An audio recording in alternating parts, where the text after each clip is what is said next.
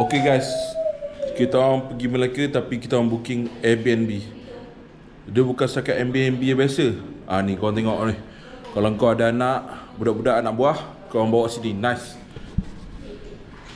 Ni masuk-masuk je tu ada gelonsor. Ni nak main banyak kali, tak ada masalah.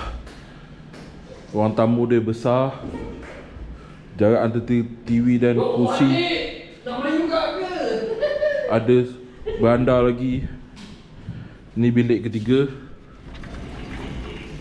Bolehlah seorang.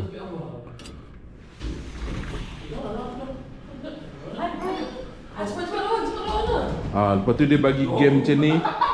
Game ni hidup, cuma tengah off kan. Nampak? Macam-macam game boleh main. Ni dapur. Ni bilik pertama, tu toilet. Ni bilik kedua. Bilik kedua ada toilet sendiri. Ni berapa orang boleh? 2, 4 orang. Tu bilik ketiga. Ni berapa orang? 2, 3 orang sini. Tapi toilet tak ada. Toilet hanya, yang dalam bilik hanya ada satu saja.